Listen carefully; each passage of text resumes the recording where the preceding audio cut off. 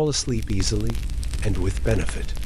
Don't forget to subscribe and hit the like button right away, because by the end of the lecture, you'll be sound asleep. Close your eyes. History is already beginning. The history of the Freemasons is a whole universe of mysteries, secrets, and legends that has attracted people for centuries with its uniqueness and secrecy. Even the very mention of them arouses curiosity, associations with secret societies, mysterious rituals, and hidden meanings. However, behind this romantic and mystical image stands a very real history that can be traced from the Middle Ages to our time. The very word Freemasonry comes from the French language and means stonemason. And that is no coincidence. At the very beginning of their path, the Freemasons were communities of master builders who erected grand castles, cathedrals, and monasteries across Europe. They were united by deep professional knowledge and strict rules of conduct, which were passed down from older generations to young apprentices. To protect the secrets of their craft from outsiders, they created closed professional unions, so-called guilds, which only the initiated could enter. Over time, a special culture of communication and cooperation developed around these builders' guilds. These were not ordinary professional associations, but true brotherhoods that bound their members through obligations of mutual aid, support, and preservation of professional secrets. Inside these groups, a strict hierarchy was built that allowed for the effective transmission of knowledge and control over the quality of construction. Gradually, the significance of the builders' guilds began to change. Toward the end of the Middle Ages, and with the arrival of the Renaissance, the need for such closed associations of builders began to diminish, and construction itself lost part of its professional secrecy. It was at that moment that the guilds began to transform, gradually admitting people who were far from the building craft, but close to philosophy and spiritual searching. These new members brought with them intellectual and moral ideas, breathing new life into the old associations. Thus, the craft guilds gradually transformed into an entirely different community, now consisting mainly of thinkers, scholars, and intellectuals, for whom the symbolism of building helped express their own philosophical reflections on humanity and society. Real construction gave way to allegorical construction, in which stone and tools became metaphors reflecting the human striving for inner perfection. This important historical transition from practical construction to philosophical and symbolic ideas explains why Freemasonry acquired such mystery, and why its symbols and rituals became surrounded by so many legends and speculations. But in order to better understand how builder craftsmen managed to lay the foundation for an intellectual brotherhood, and what the first steps of Freemasonry were on its path to worldwide fame and influence, we need to turn to their origins, to the medieval builders' guilds that became the original core of this remarkable phenomenon. Medieval Europe was a world where lofty ideals coexisted with hard labor and the daily struggle for survival. Yet it was in this very era, amidst wars and epidemics, hunger and superstition, that grand architectural structures arose, capable of impressing even the modern imagination. Behind these majestic Gothic cathedrals, castles, and monasteries stood the work of a special group of craftsmen, professional stonemasons, united into closed communities known as building guilds. The stonemasons of the Middle Ages possessed a unique set of skills and knowledge necessary to transform heaps of stone into magnificent temples. They were at once engineers, architects, geometers, and artists, for they were responsible not only for constructing durable walls, but also for crafting graceful arches, complex vaults, and the most delicate ornamentation. Mastery of these arts required years of study and practice, carefully guarded from outsiders. Over time, the building guilds became closed professional unions with strict internal hierarchies and complex systems for passing on knowledge. A student would enter the guild as a teenager and spend many years learning the craft under the guidance of an experienced master, gradually mastering both the practical techniques of working with stone and the foundations of mathematics, geometry, and architecture. Once the student's skill reached the required level, he was granted the title of journeyman, and later, after demonstrating his abilities in a special examination, could become a master capable of leading independent projects. Such strict hierarchy and prolonged preparation had their reasons. The stonemason's craft contained secrets that allowed for the construction of buildings capable of standing for centuries without losing their beauty or strength. These secrets included precise geometric proportions, correct relationships between structural elements, special mortar recipes, and methods of stonework. The building guilds sought to preserve this knowledge within their communities, using systems of secret signs, symbols, and rituals understood only by the initiated. The symbolism of the building guilds reflected not only the professional skills of the craftsmen, but also their philosophy, worldview, and moral values. Three tools came to hold the most profound significance: the compass, the square, and the trowel. The compass held special meaning for stonemasons, serving as an instrument for precise measurement and the creation of perfect circles. Symbolically, the compass represented the craftsman's pursuit of harmony and perfection. In the medieval mindset, the circle was always a symbol of divine completeness and order, and using the compass during construction was seen as an expression of the divine design in stone. In this way, artisans conveyed the spiritual ideals of their time through physical objects. The square, used to create right angles and perfect alignment in walls, also took on deep philosophical meaning. In a world full of injustice and chaos, the square was seen by stonemasons as a metaphor for moral integrity and upright character. Through this symbol, craftsmen reminded one another of the importance of living a life based on fairness and sincerity, essential conditions for successful work and mutual respect within the brotherhood. Lastly, the trowel, the tool used to apply and smooth mortar, binding stones into a single structure, symbolized fraternity, unity, and mutual support. Just as mortar bound the stones into a strong wall, so did the solidarity of guild members unite them into a professional family. The trowel embodied the idea of unity in shared labor, mutual respect, and loyalty to a common cause. All of these tools, once transformed into symbols, were used in the rituals and traditions of the guilds. In this way, everyday construction work gradually became something more than just a craft. Over time, as the guilds preserved their traditions, they began to attract the interest of people far removed from building, those drawn by their philosophical and ethical values. This marked the beginning of the gradual transformation of builder communities into brotherhoods of thinkers, later known to the world as the Freemasons. But before Freemasonry became an intellectual and philosophical movement, the building guilds had to undergo a critical transformation, a moment when their knowledge and traditions moved beyond the boundaries of their trade and began to attract representatives of Europe's intellectual elite. It is precisely this key moment, the transition from medieval craftsmanship to a philosophical brotherhood, that we will explore in the next part of our lecture.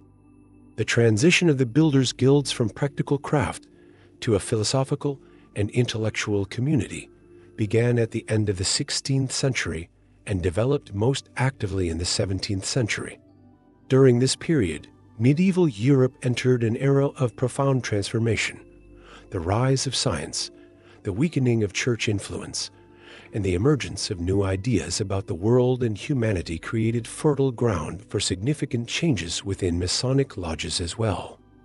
Where once the doors of the guilds were open only to professional builders and architects, now people of entirely different professions increasingly began to enter their ranks. The first of these new Masons were members of the intellectual elite: philosophers, scientists, mathematicians, alchemists, physicians, and aristocrats who were interested in the mysteries of the universe and the secrets of human consciousness. They were drawn by the opportunity to explore spiritual and moral questions without pressure from the church or authorities. Among these new members were, for example, the well-known Scottish alchemist and physician Robert Murray, the famous philosopher and historian Elias Ashmole, and the Scottish mathematician and astronomer James Gregory. Scotland was one of the first countries where this gradual shift from craft-based masonry to an intellectual community began. As early as the 17th century, lodges in Edinburgh and other cities welcomed individuals far removed from the practical trade of stone masonry. In these lodges, stone and building tools became allegories through which philosophical and moral issues were discussed. For example, Scottish intellectual lodges placed special emphasis on the study of ancient texts and legends, and explored questions of ethics and spiritual self-improvement. They actively considered how the symbolism of building tools could be applied to the moral education of the individual. Members of the Scottish lodges were not merely engaged in abstract conversation.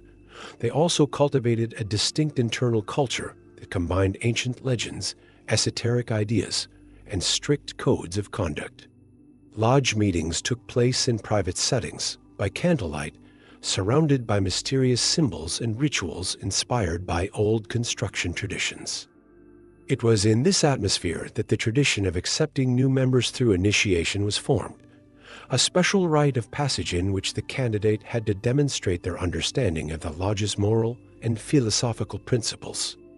The lodges typically met in designated halls or even in private homes, where, in an atmosphere of friendship and confidentiality, any idea could be openly discussed. There, members read and debated the works of ancient philosophers, medieval alchemists, and contemporary thinkers. Participants could engage in discussions on the most complex questions of existence and ethics without fear of accusations of heresy or violating accepted social norms. Beyond Scotland, a similar transformation was actively taking place in France. In the French lodges of the 17th century, members included not only scholars and philosophers, but also members of the high nobility. Among them were individuals close to the royal court, who saw lodge membership as a prestigious intellectual pursuit that underscored their high social status and education. These French lodges combined intellectual study with mystical exploration and allegorical interpretations of ancient traditions, including those associated with medieval knightly orders, alchemy, and Kabbalah. In the summer of 1717, an event took place in London that forever changed the history of Freemasonry and gave it new status and significance. On June 24th, the feast day of St. John the Baptist, representatives of 4 independent London lodges gathered at the famous Tavern Goose and Gridiron and agreed to create a single central organization, which later became known as the Grand Lodge of London and Westminster. From this moment on, the existence of modern organized Freemasonry is officially dated. Until then, Masonic lodges had been small and often disconnected associations where philosophical and moral ideas were discussed. Now, however, the 4 London lodges, located at the Goose and Gridiron, the Crown, the Apple Tree, and the Rummer and Grapes taverns, decided to establish a centralized structure with common rules, shared traditions, and unified rituals. This move had been carefully thought out and prepared in advance, as the participants of the meeting understood the necessity of creating a shared authority that could coordinate the activities of the lodges and elevate the overall prestige of the Masonic movement. The first Grand Master of the newly formed Grand Lodge was Anthony Sayer, a man with a good reputation among lodge members, though he did not hold high office or wield significant public influence. However, even within the first few years of its existence, the Grand Lodge quickly began attracting members of the English aristocracy and social elite. In 1721, the position of Grand Master was assumed by Duke John Montagu, a prominent and influential figure at the royal court. His leadership greatly enhanced the lodge's authority, and the participation of aristocrats made membership prestigious and fashionable among England's intellectual and social elite. One of the key goals of the new organization was to systematize and formalize the general rules and standards of Freemasonry. It was during this period that the well-known three-degree system of initiation was established, consisting of the degrees of entered apprentice, fellowcraft, and master mason. The rituals of each degree were carefully developed and filled with philosophical meaning, moral lessons, and symbolic actions. These ceremonies were intended to support the spiritual and intellectual growth of a Mason, and to teach the principles of morality and fraternal solidarity. In addition, the Grand Lodge of London was the first to introduce general constitutional documents regulating the internal life of lodges. The most famous of these documents was the Constitutions of the Freemasons, written by James Anderson in 1723. Anderson, a Scottish clergyman and prominent lodge member, systematized the rules and traditions, defined the principles of interaction between lodges and members of the brotherhood, and laid the foundations of Masonic philosophy and ethics. These constitutions became the cornerstone of the entire Masonic movement and were adopted by Freemasons in many other countries. Thanks to its organization and clear structure, the Grand Lodge of London quickly earned authority not only in England, but also abroad. Representatives of the upper classes, prominent intellectuals, and cultural figures began joining Masonic ranks, drawn by its atmosphere of openness, ideals of humanism, and tolerance. Among them were philosophers, writers, scientists, and even diplomats who could discuss Enlightenment ideas and concepts of social progress freely within the walls of Masonic lodges, without fear of persecution or accusations of violating traditional norms. From England, Masonic ideas and organizational principles soon spread across Europe, reaching France, Germany, the Netherlands, and other countries.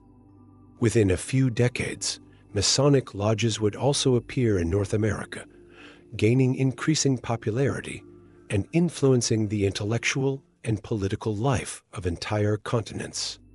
Thus, the founding of the Grand Lodge in London in 1717 was not merely a local event in the life of a small intellectual community. It was a crucial historical moment through which Freemasonry acquired its modern structure, clear rules, and international significance, transforming into an organization capable of influencing cultural, political, and philosophical processes in Europe and beyond. The central event in the life of any Freemason has always been the initiation ceremony. It is a structured process composed of 3 distinct stages, which the candidate passes through sequentially and at specific intervals. All 3 degrees are never conducted at once. A person must gradually progress from the first to the second, and only then may be admitted to the third, the highest degree. The initiation of an entered apprentice takes place in a carefully prepared lodge room. Unaware of the ritual's details, the candidate enters the space blindfolded, with part of the chest exposed, symbolizing spiritual blindness, ignorance, and sincere openness before the brethren. He is met by members of the lodge, who ask a series of questions about his intentions, whether he is ready to follow the moral and ethical laws of the fraternity, to keep its secrets, and to commit himself to self-improvement. After answering these questions, the candidate takes a solemn oath by placing his hand on the Bible or another sacred text of his choice. Only after this is the blindfold removed. At that moment, he sees the lodge room and the faces of his new brothers for the first time. This marks a symbolic awakening, a transition from the darkness of ignorance into the light of truth. He is then introduced to the fundamental principles and goals of Freemasonry, instructed in the duties of an apprentice, and given guidance on how he should conduct himself both in society and within the fraternity. The second degree is conferred after some time, once senior members are convinced of the candidate's diligence and sincerity. The fellowcraft initiation is more complex and intellectually oriented, focusing on philosophical understanding and personal development. During the ceremony, the candidate embarks on a symbolic journey through a temple, encountering various obstacles and questions that require reflection and interpretation of Masonic symbols.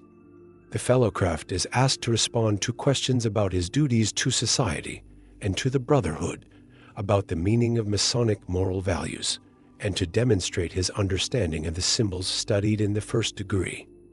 Only when the lodge is confident that he has grasped the moral and intellectual foundations is he accepted into the second degree and given deeper instruction in the role of a fellowcraft, to seek knowledge of the world and himself, to cultivate reason and character, and to serve as an example to less experienced brethren. The third and most important degree, the Master Mason, is reserved for those who have successfully completed the first two degrees and have demonstrated their spiritual and moral development. This final stage is the most elaborate and symbolically rich, presented as a kind of ritual drama performed by the lodge members together with a candidate. At the heart of the ceremony lies the symbolic story of Hiram Abiff, the legendary builder of King Solomon's temple, who was killed for refusing to reveal the secrets of his craft. The candidate symbolically experiences Hiram's fate through a ritualized performance. He is led through a figurative temple, where three members of the lodge, portraying the conspirators, confront him and demand the master's secrets. When the candidate refuses to yield them, he is struck symbolically, first with light touches to the shoulders and chest, and then gently laid down on the floor, representing his ritual death. This is the central moment of the ceremony. The candidate lies helpless, symbolically experiencing the death of his former self. Then, the lodge masters raise him using a special ritual grip known only to the initiated. This act signifies spiritual resurrection, a rebirth, not simply as a lodge member, but as a person with a deeper awareness of life's value and the importance of moral principles. At the conclusion of the ritual, the meaning of what he has just undergone is explained. Death serves only as a symbolic reminder of the impermanence of physical life, while true life and immortality lie in spiritual development, duty, and moral ideals. The final act of the Master Mason degree is the candidate's full acceptance into the rank of Master, the presentation of his regalia, and the explanation of his new responsibilities, particularly those toward younger brethren, the lodge, and society as a whole. The symbols of Freemasonry are often the subject of various myths and conspiracy theories, where ancient legends, religious imagery, and speculation about secret control over humanity are blended together. However, behind each of these symbols lies a specific history and a profound meaning, far more compelling than the most mysterious assumptions. One of the most well-known and frequently discussed symbols is the all-seeing eye, also called the Eye of Providence. It is typically depicted as an eye enclosed within a triangle and surrounded by rays of light. While today it may appear mystical or even unsettling to many, its origins trace back to some of humanity's oldest traditions. In ancient Egypt, a similar symbol, the Eye of Horus, represented divine protection and wisdom. Later, in the Middle Ages and the Renaissance, the image of the eye was used in Christian iconography as a symbol of the omniscient God watching over human actions. Freemasons adopted this Christian interpretation, embedding in it the idea of a higher moral oversight. The Eye of Providence, placed on the walls of Masonic lodges, served as a constant reminder to the brethren that their actions are always observed by a higher power, and thus every Mason bears moral responsibility for his deeds. Another important and central symbol in Masonic lodge decor is the checkered floor, composed of alternating black and white squares. This symbol traces its roots to ancient notions of the world as an eternal battleground between opposing forces, light and darkness, good and evil. In Freemasonry, however, it acquired an even deeper meaning. The checkered floor represents not only the struggle of opposites, but also human life itself, full of constant moral choices and decisions. Standing upon it during ceremonies, a Mason is reminded that his life is a series of decisions, each of which can tip the balance toward good or evil. It serves as a reflection on the importance of moral responsibility and accountability. Equally significant in Masonic symbolism are the two iconic pillars, Boaz and Jachin, taken from the biblical tradition of the first temple of King Solomon in Jerusalem. According to Scripture, these pillars stood at the entrance to the temple and symbolized stability and strength, as well as wisdom and harmony.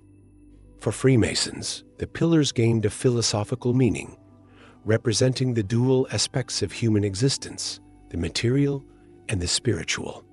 Boaz, on the left, stood for physical endurance, the human capacity to withstand trials and hardships.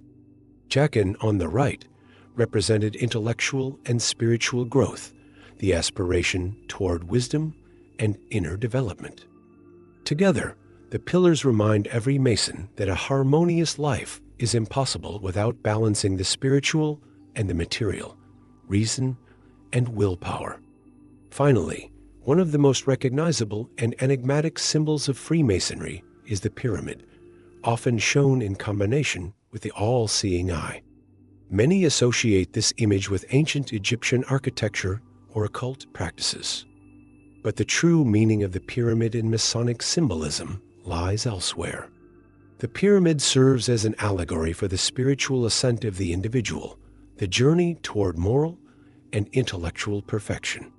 Its wide base symbolizes the early stages of the path, when a person is preoccupied with material and earthly matters. The narrowing upward sides represent the gradual purification and moral elevation of the soul, the progression toward spiritual enlightenment.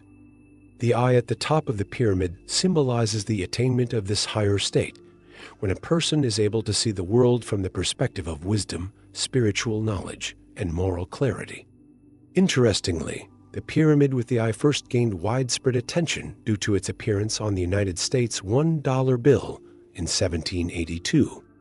Although the symbol was not directly created by Freemasons, many members of the fraternity were involved in its design. As a result, the pyramid with the eye has come to be regarded as one of the most recognizable Masonic emblems today. Despite the deep philosophical meaning of Masonic rituals and symbolism, the fraternity has for centuries been surrounded by persistent myths accusing Freemasons of occultism and even Satanism. These accusations did not arise by chance and are closely linked to the particular nature of the Masonic brotherhood, its secrecy, the mystery of its rituals, and the general public's misunderstanding of their true meaning. To understand the origins of these legends, one must look to history. The first suspicions that Freemasons were allegedly involved in occult practices emerged as early as the 18th century, when the fraternity was rapidly spreading across Europe. Masonic lodges held their meetings behind closed doors, and their members kept strict secrecy regarding their rituals and internal organization. To outsiders, this level of secrecy appeared suspicious, even frightening. In a society where any closed group with unfamiliar ceremonies aroused unease, such organizations quickly became the subject of speculation. People tend to fill gaps in their knowledge with fantastical and often frightening stories. One of the most active opponents of Freemasonry was the Catholic Church, which saw in it a competitor and ideological threat. As early as the year 1738, Pope Clement XII issued a decree that placed Freemasons outside the law and labeled their gatherings heretical. The Church claimed that Masons performed secret anti-Christian rituals, rejected divine order, and sought to undermine the foundations of traditional society. This decree strongly influenced public perception of Freemasonry across Europe, fueling rumors that lodges were involved in magic, black masses, and other forbidden practices. Rumors of Satanism in Freemasonry intensified in the 19th century, during the Romantic era in Europe, which brought heightened interest in mysticism and esoteric knowledge. It was during this time that French writer and provocateur Leo Taxil played a key role in shaping the image of Freemasonry as a satanic cult. In the 1880s, Taxil published a series of books and articles claiming that Masonic lodges secretly worshipped Lucifer, carried out gruesome satanic rites, and conspired against Christianity and society at large. His works gained immense popularity, were translated into many languages, and caused a genuine sensation. Later, Leo Taxil publicly confessed that his stories were fabricated and that the entire project was a hoax meant to ridicule the Catholic Church and its superstitions. However, his confession did not erase the myths that had already taken root in the minds of millions. These stories took on a life of their own, kept alive by conspiracy theorists, writers, and supporters of various secret society narratives. Another source of myths linking Freemasonry to occultism and Satanism came from certain secret societies of the 19th century, which did engage in mystical and esoteric practices, often borrowing elements of Masonic symbolism. For example, the famous Hermetic Order of the Golden Dawn, founded in England in the year 1888, actively used Masonic-style rituals, although it was not directly affiliated with Freemasonry. In the public consciousness, such groups became confused with true Masonic lodges, further reinforcing the myth that Freemasons were involved in occult magic and secret rites. In the 20th century, this situation was further exacerbated by the spread of conspiracy theories, especially after the publication of the Protocols of the Elders of Zion, a forged document that linked Freemasons to a supposed global conspiracy. As a result, the image of Freemasons as secret plotters became deeply associated with something dark and sinister. Around the same time, several totalitarian regimes in Europe, especially Nazi Germany, exploited these myths to justify persecution of Freemasons, portraying them as hidden enemies of the state and society. Thus, the legends of Satanism and occultism in Freemasonry were never based on factual evidence, but rather arose from a combination of factors: the fraternity's secrecy, religious and political conflict, and deliberate fabrications by certain authors and organizations. Despite numerous debunkings, these myths continue to persist in the public imagination, even today, fueling both fascination with Freemasonry and lingering fear and misunderstanding around it. From the very beginning of its existence, Freemasonry attracted individuals who sought not only personal spiritual development, but also active participation in transforming society. Freemasons inevitably became prominent figures on the political stage, as the ideals of the brotherhood perfectly aligned with the values of the Age of Enlightenment, liberty, equality, and humanism. One of the clearest and most significant examples of Freemasonry's influence on world history was the American Revolution. Many of the founding fathers of the United States were active members of Masonic lodges. George Washington, the first president of the United States, was not only a Freemason himself, but openly demonstrated his membership by personally performing the Masonic cornerstone-laying ritual of the U.S. Capitol in the year 1793.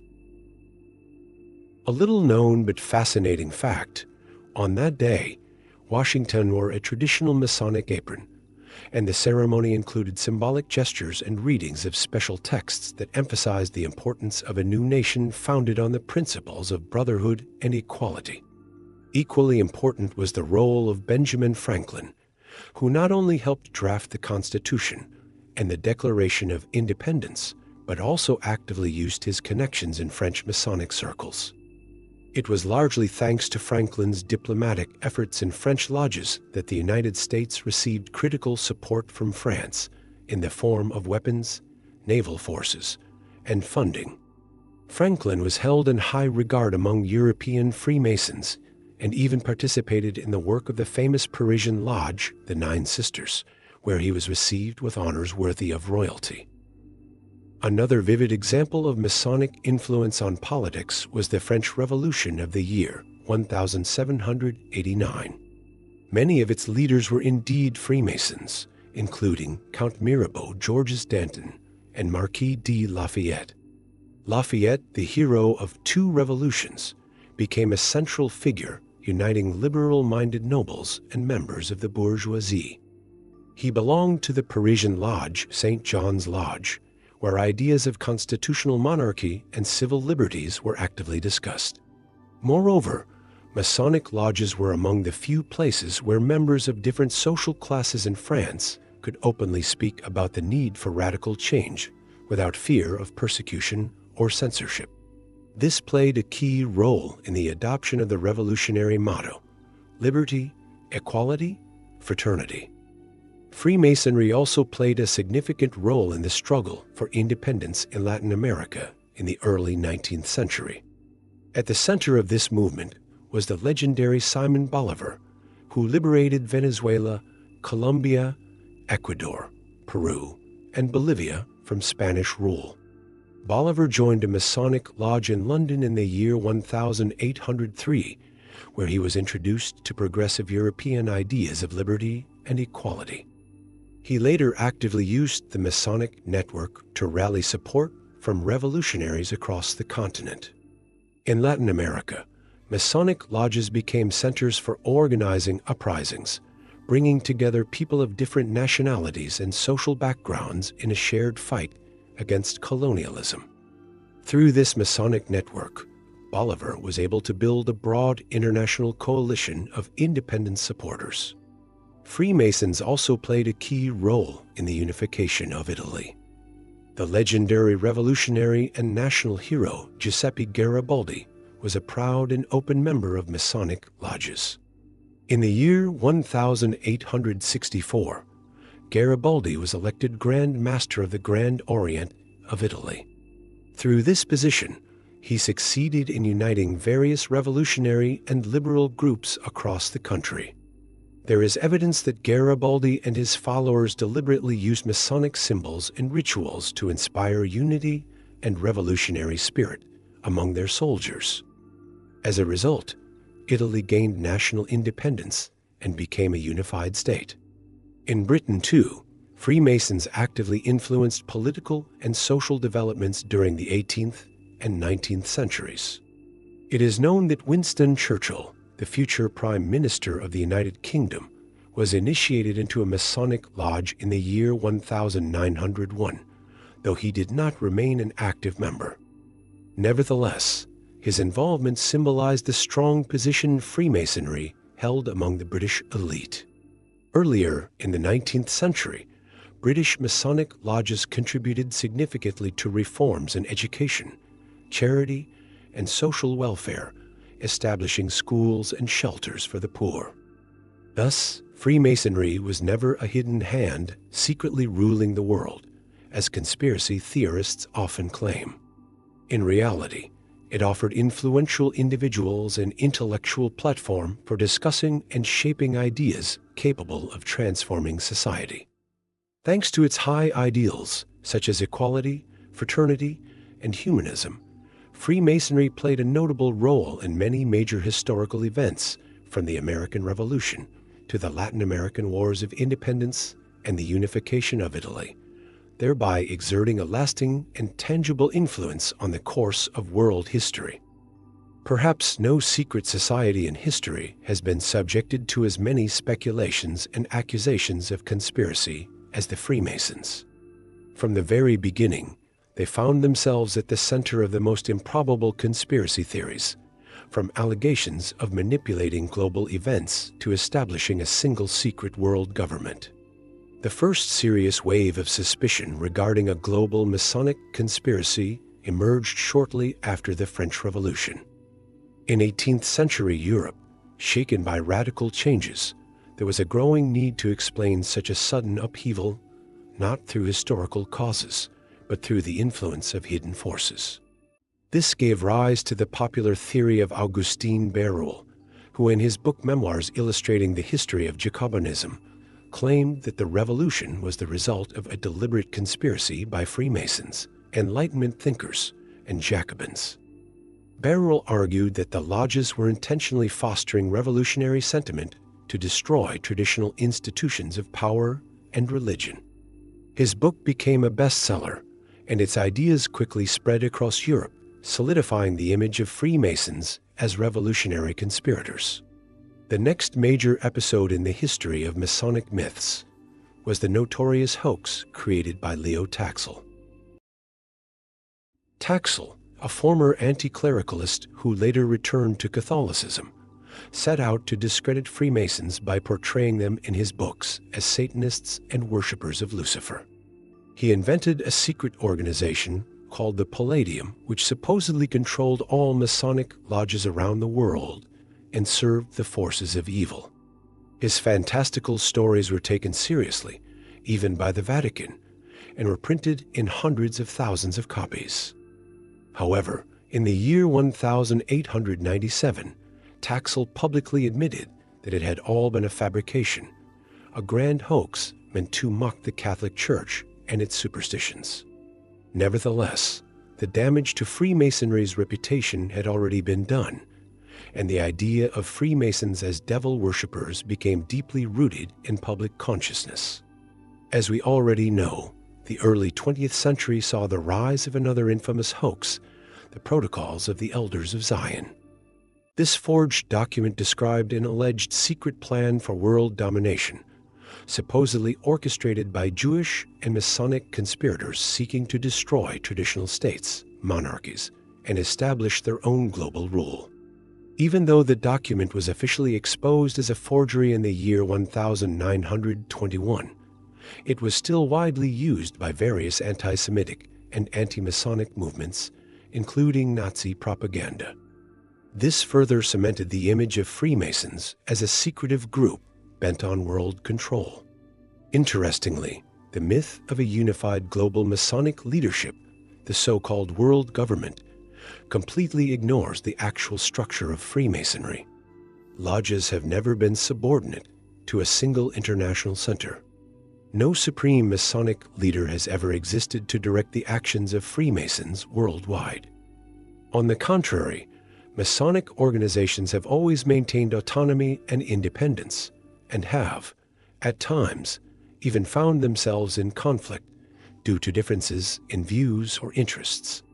This completely contradicts the idea of a global Masonic government coordinating world events. The common myth that Freemasons orchestrated revolutions is also far from historical reality. Although many revolutionary figures were indeed members of Masonic lodges, this does not mean that Masonic organizations directed revolutionary movements. Rather, lodges served as convenient intellectual forums where progressive and revolutionary ideas could be freely discussed and exchanged. But the revolutions themselves were never centrally planned or managed by any Masonic headquarters. In fact, Masonic ranks often included both revolutionaries and conservatives, even those who fiercely opposed any social change. For example, during the French Revolution, Freemasons could be found among supporters of constitutional monarchy, as well as among radical Republicans, who are often in bitter conflict with one another. The reason for the widespread of conspiracy theories about Freemasonry is simple. People tend to explain complex historical events using clear and simplified narratives, preferring to seek out a single hidden force rather than accept the chaotic nature of human history. Freemasonry, with its secrecy and mysterious rituals, was an ideal candidate for such a role, especially during times of crisis and uncertainty. While in Europe, Freemasonry quickly became the target of conspiracy theories and suspicions following major revolutions, its history in Russia developed somewhat differently. Russian Freemasons never created secret governments or stood behind mass uprisings. On the contrary, in the 18th century, Russian Freemasons were closely tied to the enlightened circles of society and often held high positions at the imperial court.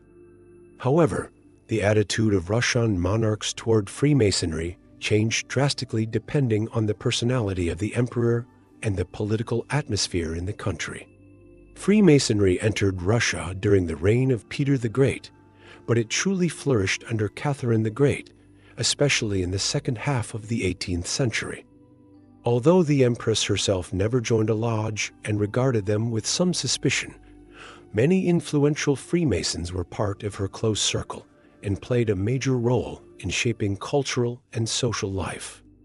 One such figure was Prince Alexander Mikhailovich Golitsyn, who held prominent government posts and enjoyed Catherine's personal trust. He was not only active in Masonic lodges, but also contributed to spreading Enlightenment ideals in Russian society.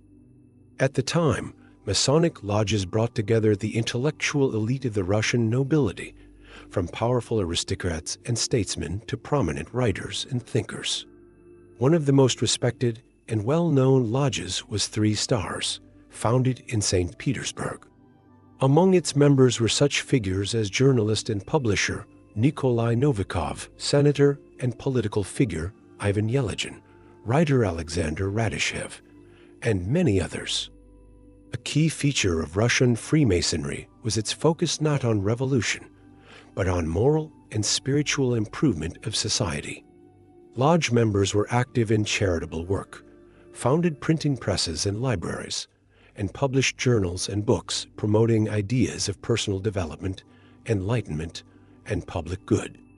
One of the brightest examples of Masonic influence in Russia was the work of Nikolai Novikov. A firm believer in enlightenment, he opened a printing house and launched a series of journals and books disseminating advanced ideas of the time.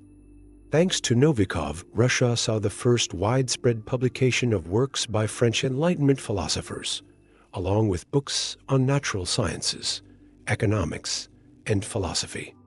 Initially, Catherine the Great viewed his activities favorably, seeing them as a tool to enlighten society. But as revolutionary ideas began to spread, she became increasingly alarmed, fearing a threat to the traditional monarchical order. As a result, in the year 1792, Novikov was arrested, his printing house was shut down, and the activities of Masonic lodges came under the close scrutiny of the authorities. With the accession of Emperor Paul I in the year 1796, the imperial attitude toward Freemasonry shifted dramatically. Paul tended to see any secret organization as a threat to the stability of his reign and political order. Fearing the influence of revolutionary ideas from France, he banned all Masonic activity in the year 1798. The ban was strict and comprehensive. Former high-ranking Freemasons were forced to publicly renounce their membership, and violators faced severe punishments, including exile and confiscation of property. This ban was not merely symbolic. It was accompanied by real persecution and repression. Many Russian Freemasons were dismissed from government service and stripped of their ranks and titles. Printing houses and publishers associated with Masonic circles were shut down, and books and journals influenced by Masonic ideas were confiscated or destroyed. Thus, the fate of Freemasonry in 18th century Russia was a story of rise and fall, shaped primarily by the political mood of the ruling monarchs.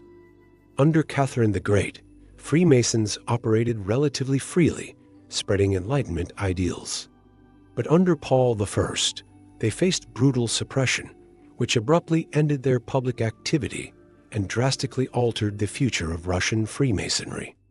Nonetheless, the ideas Freemasons brought to society continued to live on within the Russian intellectual sphere, inspiring later generations of cultural and political figures. After the strict ban imposed by Paul I, Freemasonry in Russia was outlawed for a long time and forced to go deep underground. Only with the accession of Alexander I in the year 1801 did Russian Freemasonry experience a new, albeit brief, revival. The emperor was tolerant toward Masonic lodges, and in the early years of his reign, Freemasonry once again gained public relevance and intellectual influence. During this period, the lodges increasingly became a gathering place for prominent cultural figures, especially writers and publicists, whose work would shape Russian literature and public thought for the next century. A particularly vivid example of this influence was Nikolai Karamzin, the foremost Russian historian and writer, author of the monumental history of the Russian state. Karamzin did not conceal his membership in Masonic lodges, actively participated in their activities, and drew inspiration from the ideas of the Brotherhood for his historical and philosophical reflections. The Masonic environment awakened in Karamzin a deep interest in questions of morality, humanism, and Russia's destiny, themes that would later be reflected in both his scholarly and literary works. The so-called Karamzin Circle played a key role in forming the 19th century Russian intelligentsia, for whom Masonic ideals of humanism and moral self-perfection were especially appealing. Although Alexander Pushkin was not formally a Freemason, he was closely connected with people actively involved in Masonic activity. Masonic ideas had a significant influence on his worldview and can be found throughout his work. Notably, he maintained close relationships with the Decembrists, many of whom were Freemasons. His interactions with them helped shape Pushkin's liberal views, which found expression in works like Eugene Onegin and Boris Godunov. Moreover, his poetry was filled with reflections on freedom, morality, and the role of the individual in history, key themes commonly discussed in Masonic circles of the time. Another prominent figure representing Freemasonry in Russian cultural life was Alexander Labzin, a philosopher, writer, and publisher who actively promoted Enlightenment values and moral development. In the 1810s, he published a journal called the Zion Herald, which became a center of spiritual life in Russia at the time. Its pages featured philosophical essays, translations of foreign thinkers, and materials directly related to Masonic philosophy. The publication enjoyed great popularity among the educated public and helped spread the ideals of ethical self-improvement and public service within the Russian elite. However, after the Decembrist uprising in the year 1825, the government of Nicholas I launched a new wave of repression against Masonic lodges, which were increasingly seen by the authorities as hotbeds of free thought and a threat to the monarchy. In the following decades, Freemasonry in Russia existed exclusively underground, lost much of its influence, and essentially ceased all open activity.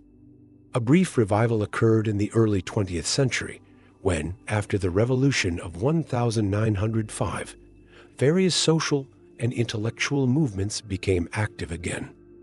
Masonic lodges reappeared in St. Petersburg, Moscow, and other major cities of the Russian Empire, but their influence was far more limited than it had been in the 18th or 19th centuries. After the October Revolution of 1917, the new Soviet government immediately outlawed Masonic organizations, viewing them as anti-Soviet and bourgeois. Freemasons were forced into exile, and many prominent members of the lodges found themselves abroad, particularly in France and other European countries. In exile, Russian Freemasons tried to preserve the traditions of the Brotherhood. Lodges were established in Paris and other European capitals, bringing together many prominent figures of Russian culture and the intellectual community abroad, including writers Ivan Bunin, Dmitry Merezhkovsky, and philosopher Nikolai Berdyaev. However, because they were cut off from their homeland, had lost influence over what was happening in Soviet Russia, and as the older generation of Russian emigrants gradually passed away, the Masonic movement slowly fell into decline.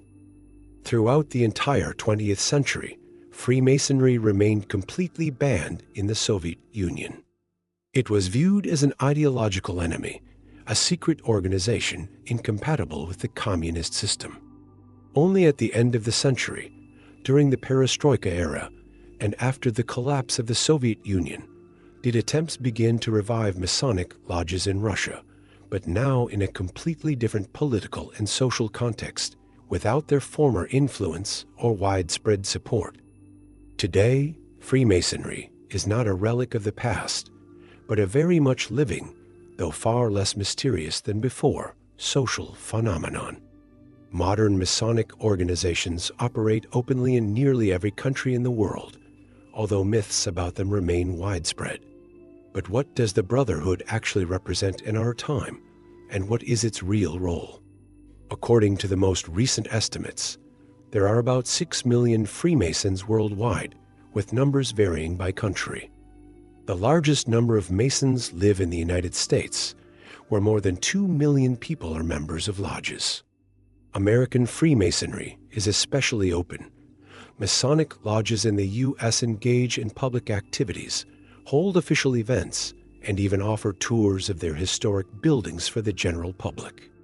The United Kingdom ranks second in membership, with around 200,000 Freemasons. There, the organizations are also quite active. They publicly list their members, organize charity events, and support a wide range of community initiatives. In Western Europe, Freemasonry has a long tradition and a stable presence. For example, France is home to around 150,000 Freemasons, and Germany to about 100,000. Lodges continue to accept new members, and interest in Freemasonry has notably grown over recent decades, particularly among middle-aged people and those in creative professions. In Eastern Europe, Masonic organizations are smaller, but after the collapse of the Soviet Union and the Socialist Bloc, they gradually began to re-emerge and now operate in nearly all countries in the region, including Russia, Ukraine, and Poland. So what do modern Masonic lodges actually do? First of all, Freemasonry has retained its traditional mission. It remains a community where people can discuss moral, philosophical, and intellectual topics in an atmosphere of mutual respect and equality. Modern Masons regularly hold meetings, perform rituals and ceremonies, engage in discussions, and study philosophical texts and historical documents.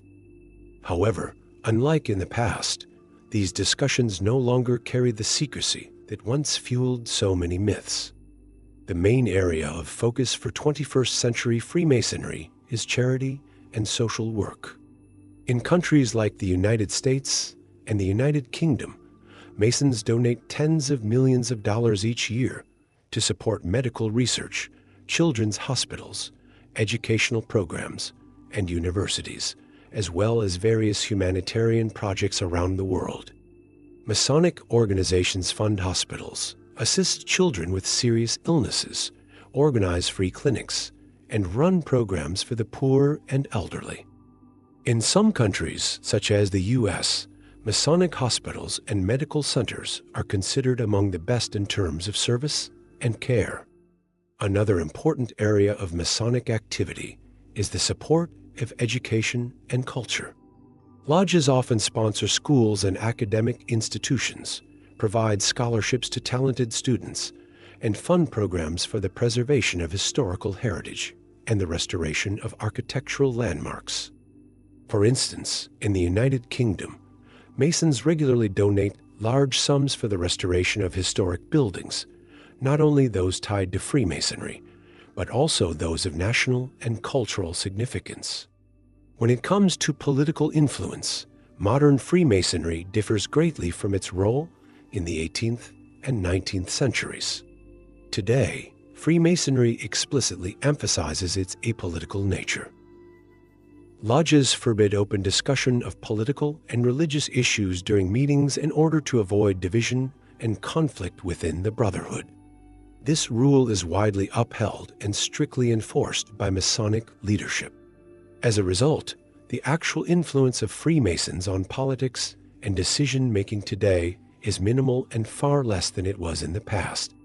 Despite the openness and transparency of modern lodges, Freemasonry still provokes suspicion and gives rise to numerous myths among people who are used to seeing hidden motives and secret agendas behind it.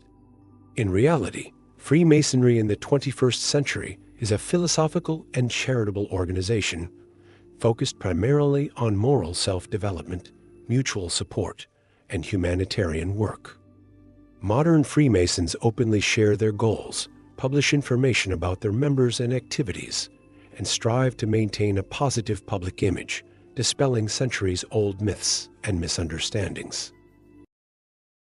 Freemasonry has long ceased to be merely a subject of study for historians. It has become a vivid and recognizable image in popular culture. In modern films, literature, and even video games, it is often used as a central theme or a key plot element. The reason is simple: the secrecy of the Freemasons, their hidden rituals, mysterious symbols, and centuries-long history easily capture the public's imagination and attention.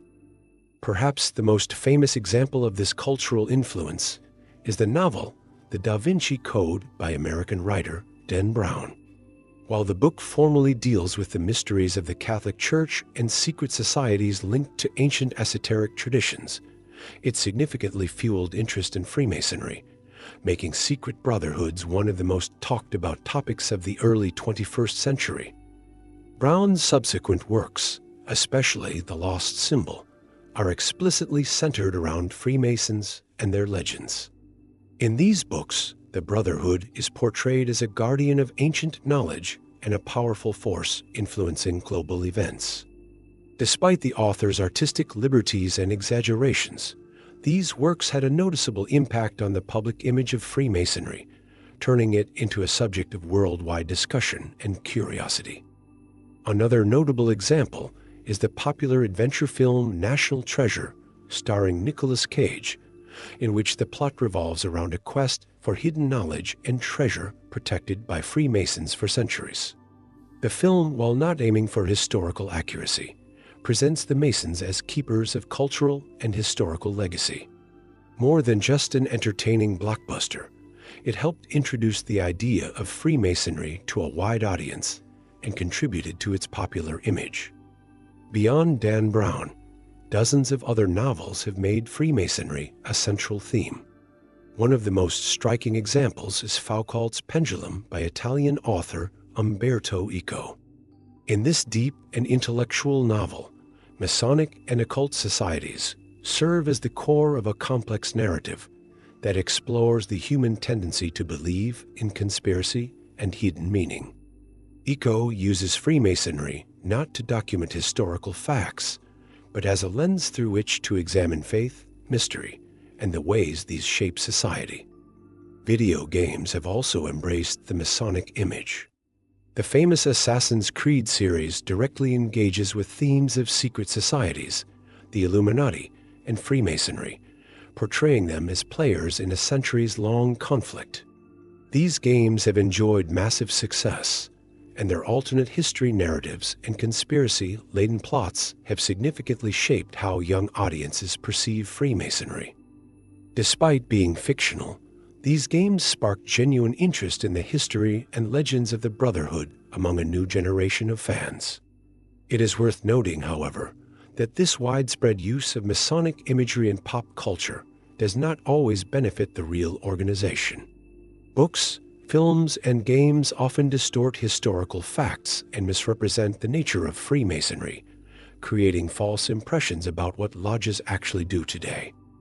On the other hand, this popularity draws public attention to the history of the Brotherhood and encourages many to study the topic more deeply, learning to distinguish fact from fiction.